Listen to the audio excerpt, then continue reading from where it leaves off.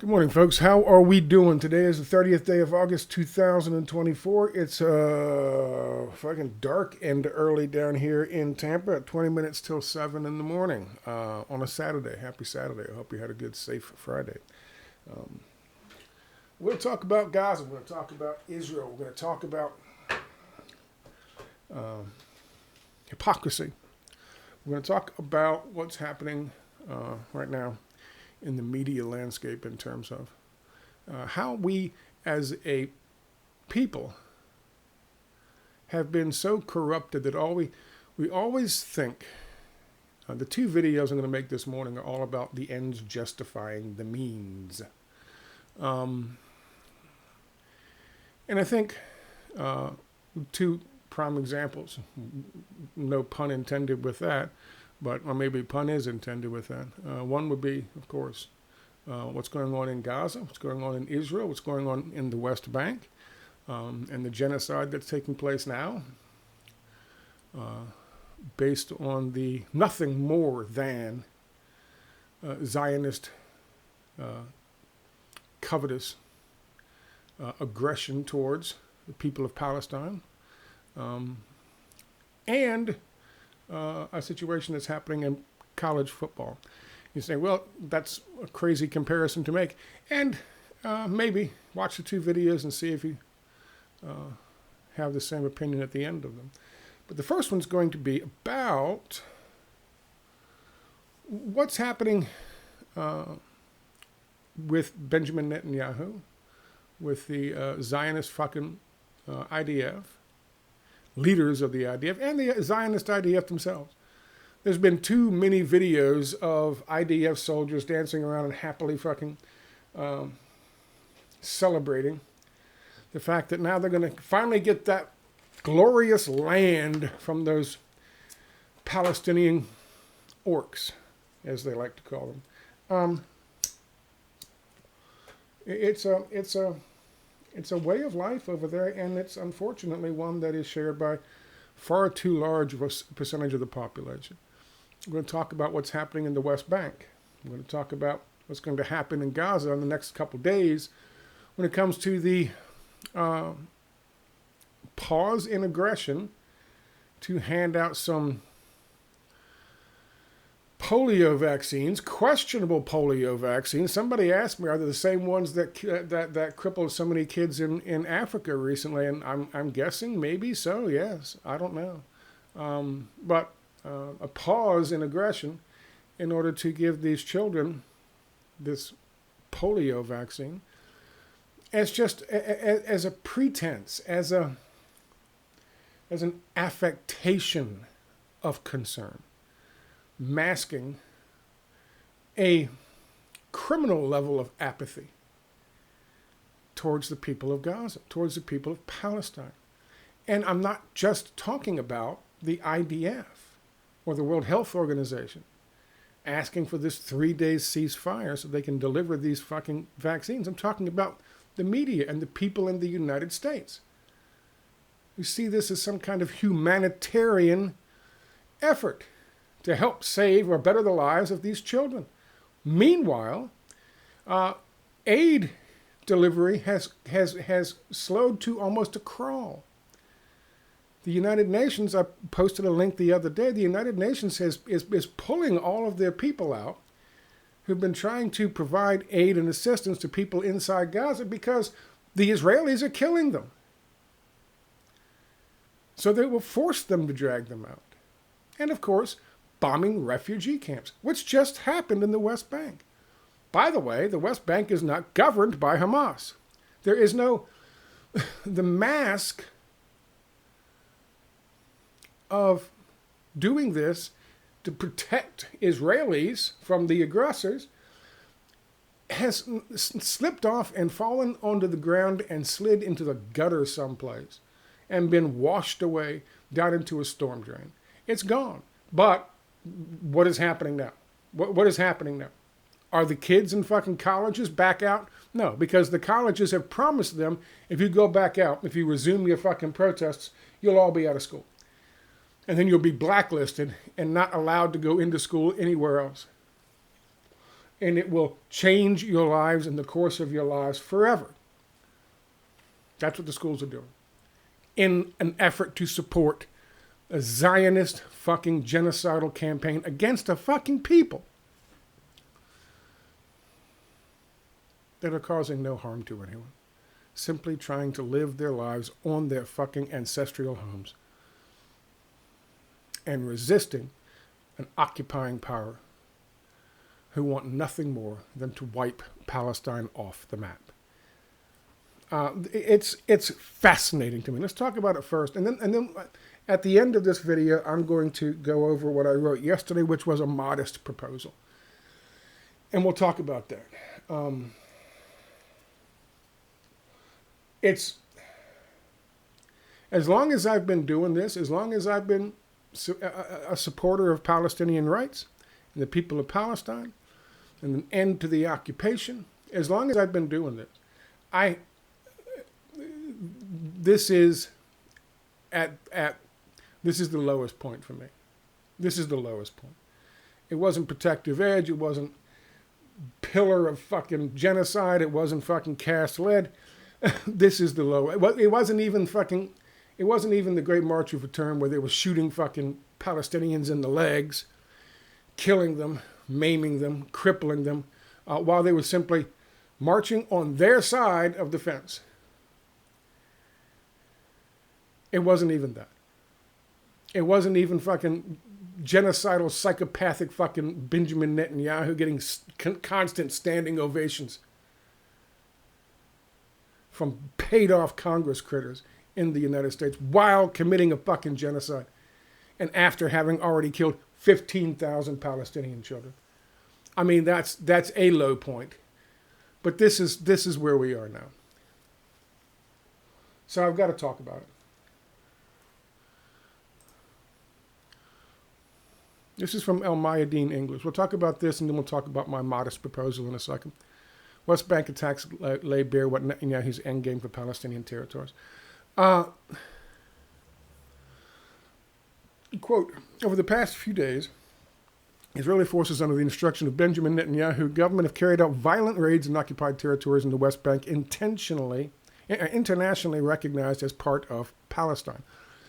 During these raids, the occupation forces have claimed to be killing terrorists and militants as part of a counter-terrorism operation, but Palestine's mission to the United Nations stated that the IOF have invaded homes, deliberately targeted citizens, destroyed vital infrastructure, and even besieged the 4 main hospitals in the area.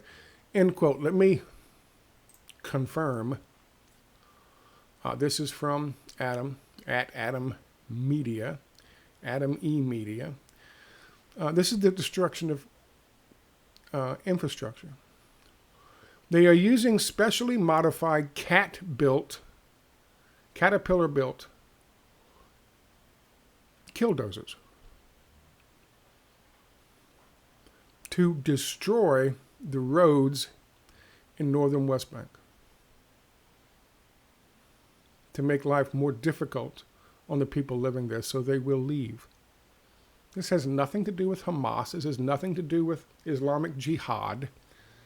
This has everything to do with trying to make them leave so they can steal more land. And if you don't believe me, watch it yourself. I can't tell if this fucker is laughing or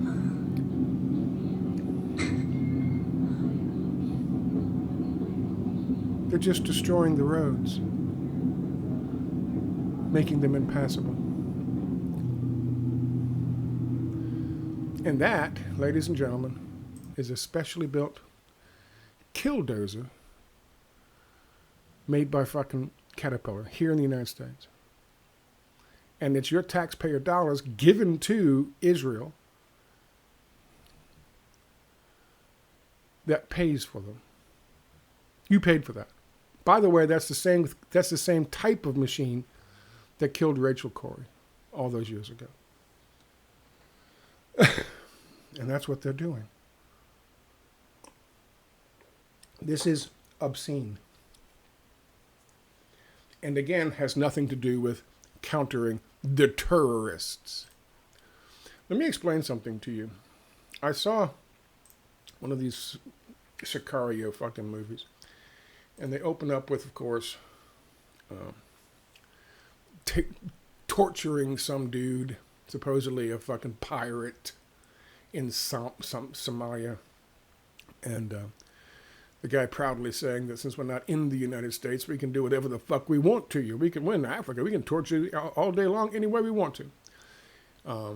That's just the kind of mindset that we have. And of course, films like Sicario normalize that shit, which is, again, a form of crude $200 million propaganda efforts. But in this one scene, I guess the Secretary of Defense is talking to this guy. They bring this fucking monster in, played by James Brolin, I think, or his brother, his son, whoever the fuck it is. And Josh Brolin, who's a fine actor, by the way.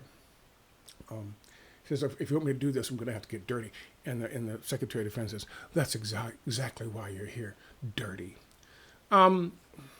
Just fucking, it's like now we fucking, at one point in time, I remember after 9/11, the guy who did 9/11 is talking about fucking Iraq and the global war of terror. He's saying we're going to have to walk on the dark side for a while. And people were horrified. Horrified. They're like, who the fuck are you to say we're going to have to walk on the dark side? Motherfucker had already been walking on the dark side. He did 9/11.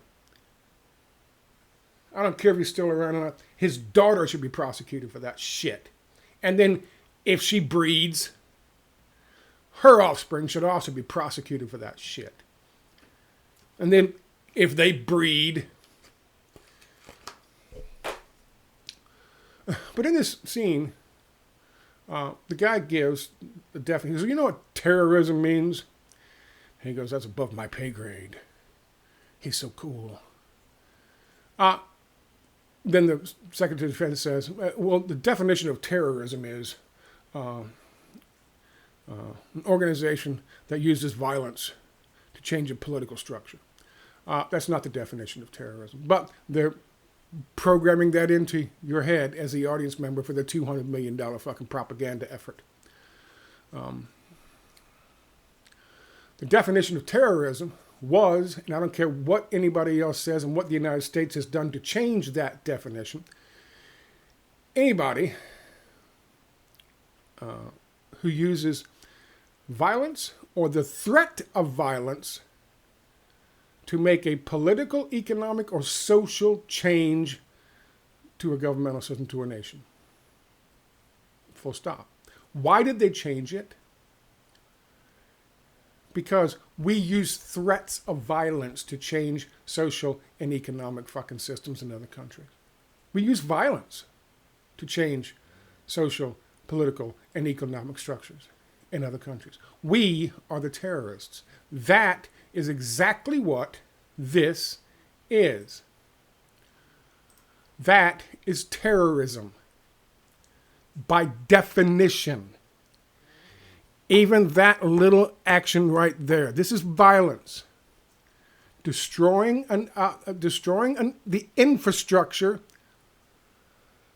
of a nation that you want to change their political, social, and economic structure in order to force regime change, to take it over, to drive them out so you can confiscate the land that you fucking covet. And I choose that word deliberately. That is terrorism. And how do they get away with terrorism? The same way they've always got away with terrorism, by calling it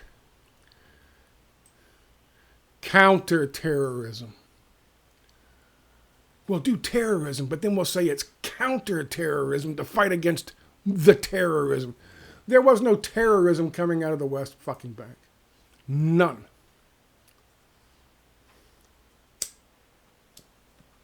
They want the fucking land. And they don't care how many people they hurt to get it. Moving on.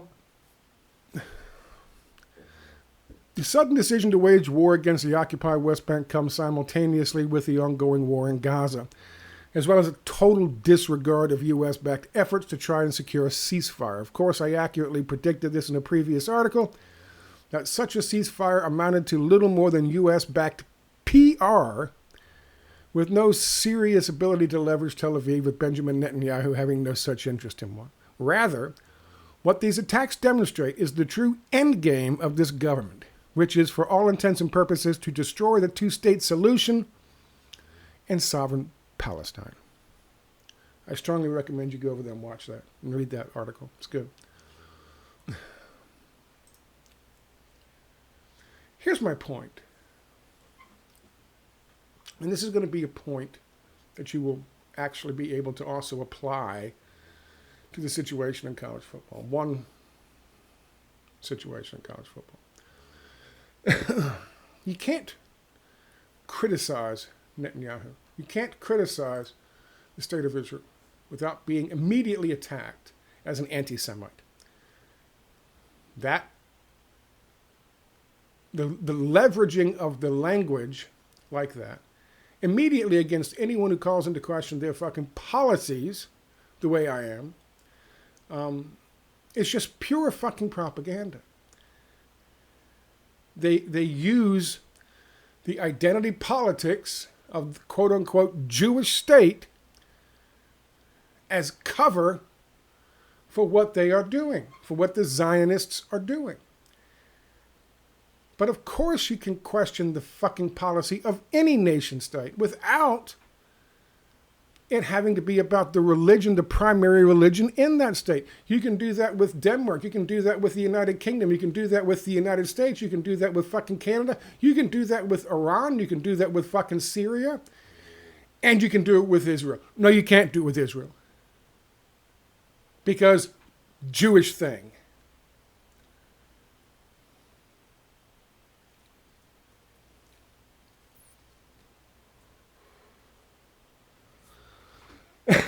In a couple of days, there's going to be a ceasefire, a pause in the illegal genocidal bombings and attacks that are taking place in Palestine. Bombings, by the way, that involve refugee camps. Refugee camps where children are being killed as recently as yesterday. The pause, the humanitarian pause, is all about taking these polio vaccines and jabbing them into little fucking arms. And it's a boon for the fucking big pharma. They're going to get to sell 600,000 fucking jabs of a vaccine that they normally wouldn't, get a chance to fucking jab into little arms.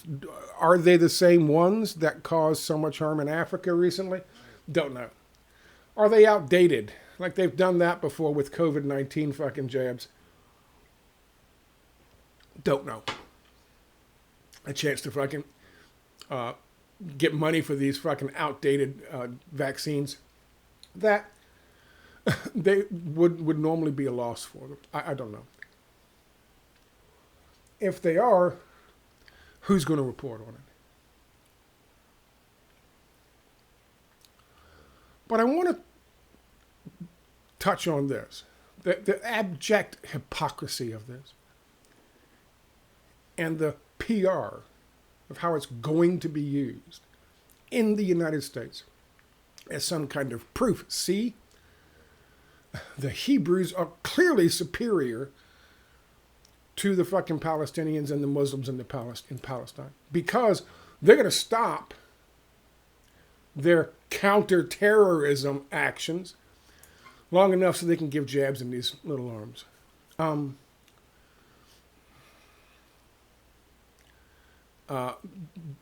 It is stunningly hypocritical when this starts. All the fucking press is going to say, see, it's all about how they care so much about Palestinian life. Don't you understand, Scott? They put the fucking jabs in their arms. They stopped blowing up children long enough to put the jabs in their arms that will protect their little legs. And then after 3 days, they're going to bomb those same fucking children and blow off those little fucking legs. But they stopped so you can give them the jabs. So the few that don't get their legs blown off or crushed off will have a better chance at not having polio and being a healthy worker in the state of Israel in the future. It is stunning hypocrisy. But you will see it and you will hear it in the next week. Someone said, BB said it starts, I think, Sunday, so we'll see. It's beyond reprehensible. They will literally take a pause, let them put the shots of polio in these little children, and then at the end of the pause, literally bomb refugee camps, blowing those little legs off. I don't even know what to fucking say about that. It is the appearance of humanity and the presence of abject apathy, if you want to call it apathy. Maybe a more accurate term would be hatred. But that's all they need is the appearance. And of course, the machinery in which to attack people who call it what it is. To that note, Richard Medhurst, who I've fucked with in the past, obviously, but he's done a lot of work on Palestinian fucking independence. And he stands with the Palestinians, and Sarah Wilkinson have now both been arrested in the United Kingdom for covering this kind of stuff. And I am sure the Hutu movement, who the fuck knows? They go on trial on Tuesday. That is coming here. That kind of rounding people up and arresting them for having a different opinion about glorious Israel is coming here. It's already started in the UK. And it will have a chilling effect on the coverage of this. Let's get back to this pause. And I want to explain something to you. This is my modest proposal. I'm going to read it to you in its entirety. It's not long.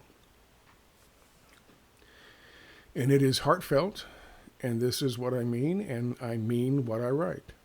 I've always done that.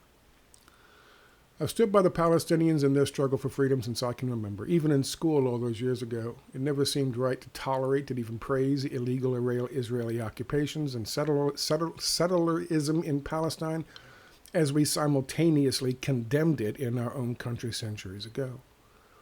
I am on the side of humanity. I am on the side of peace. I am on the side of a state of Palestine recognized beside a state of Israel living in harmony in the land of the Abrahamic religions. And it's to that end, and with fading hope, that I offer up my solemn wish to you in aspiration that you can feel the wisdom in this one simple message. Give them back. Show the world you value human life, even if your occupiers, the Zionist monsters, do not. Show the world that you will do what Israel's own prime minister will not, place the value of human lives, even Israeli lives, over politics, greed, and self-interests. In September, the Israelis have already agreed to allow healthcare workers into Gaza as they promised to respect a ceasefire for 3 days to allow for polio vaccination to be given to the remaining 600,000 children in Gaza. Use that opportunity to transport the 103 hostages to those locations and hand them over to aid workers to take with them out of Gaza. and back to their welcoming, loving families. No strings, no demands, just give them back. Enough is enough. They profit your cause nothing. As it is clear, Netanyahu and his rabid Zionist backers do not care about them or their families and will never cede their covetous, fevered dream of stealing all the land from the Palestinian people. So why add 103 more victims to their ruthless body count? Do for Israel what their own leaders won't and prove to the world that the occupied respect life far more than the occupiers ever will or could. Perhaps it'll heal some small measure of wounds in some small percentage of Israel's population. Perhaps it will say to the world outside who seem to have given up hope of stemming this genocidal tide that even if we do not fully understand the level of your humanity, you do. As you remind us, once again, that wisdom is born of suffering and endurance rather than brutality and conquest. It matters not what comes of this genocide. What matters is how you see yourselves. You have treated them well, far better than the Palestinians held by the rapist Israelis in the dark, torturous prisons. You are, and have proved you are, better in every way. Give them back. Let them go home, even if you cannot. And find peace in that which seems to be devoid of any hope of it. And then, fight on for yourselves, your children, your ancestors, and all of us out here who proudly stand with you in spirit. Long live Palestine, long live Gaza. It is a modest proposal, and I call it a modest proposal for this reason. There is nothing that these hostages will provide Hamas and Palestine and their quest for the world to recognize and Israel to recognize and the United States to recognize the Palestinian state, the state that is already recognized by 149 of the 192 United Nations member states. The hostages will do nothing. And their deaths will be blamed on Hamas. Their deaths will be blamed on every Palestinian and every person who stands with them, both inside and out.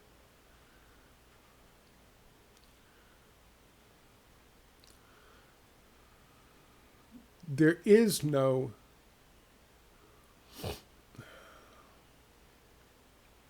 if wars, modern day wars, and I say this fully understanding that Hamas has made several decisions over the course of this conflict, genocide, that surprised many people, and in some ways even me, in terms of the PR moves they have made to put the pressure back on the Netanyahu government and the Zionists who run his government and the Zionists who run fucking the IDF.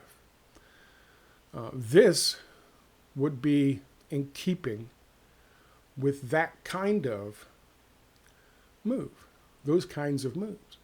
It would be something that the Israelis and the Americans, most importantly, would not see coming.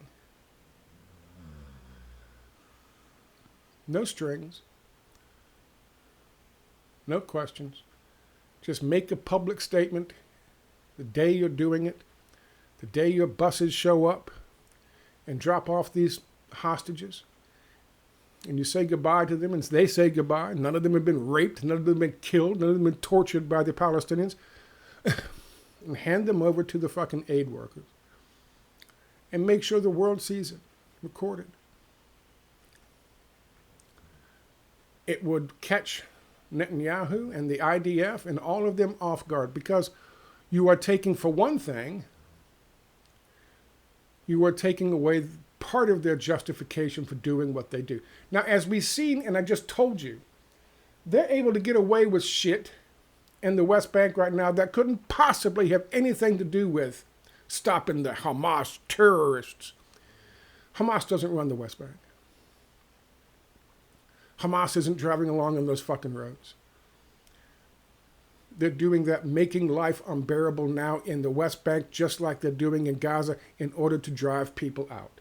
I understand that when you do something that fucking heinous, and the fucking westernized, Zionist-controlled media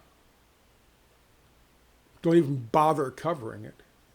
I understand that it's hard to believe that any action taken by Hamas would elicit the slightest bit of sympathy or respect from those same media outlets. However, I remind you that it's only been the last couple of months, really, since school let out and all those camps dissipated. If you remember, the press, for the first 5 months, 6 months of this, they weren't really on the side of the fucking Zionist goddamn rabid fucking monsters in Israel. And there was all kinds of talk about whether or not even Netanyahu should be allowed to speak before. Now they've clamped down. Now the fix is in. The game is rigged. And the PR machine is in full swing. This might just be something that allows for those people in positions who can make a difference, whose voices do reach a larger audience than mine. I'm speaking to you, fucking Mondo Weiss. I sent you this yesterday. Maybe this will allow them the opportunity to let the better angels of their nature come out. Maybe. Maybe. But it doesn't fucking matter. It doesn't fucking matter. Don't become what you fucking hate. Don't become the goddamn Zionists. Don't become the goddamn aggressors. Don't become the occupiers.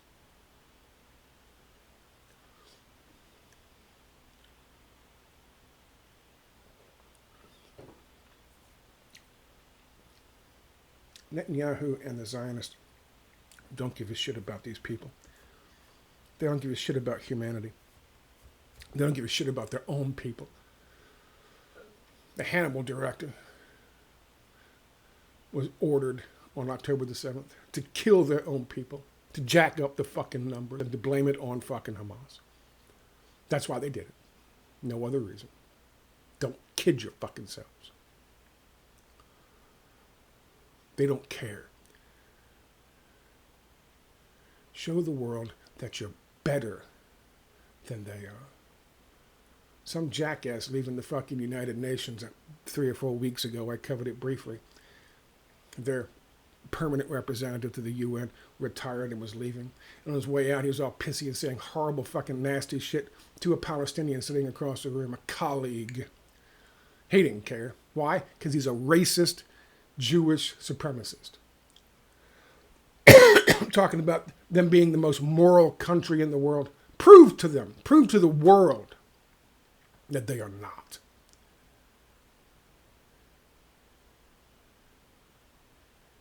Prove to them that some people think in more enlightened ways. Send them home.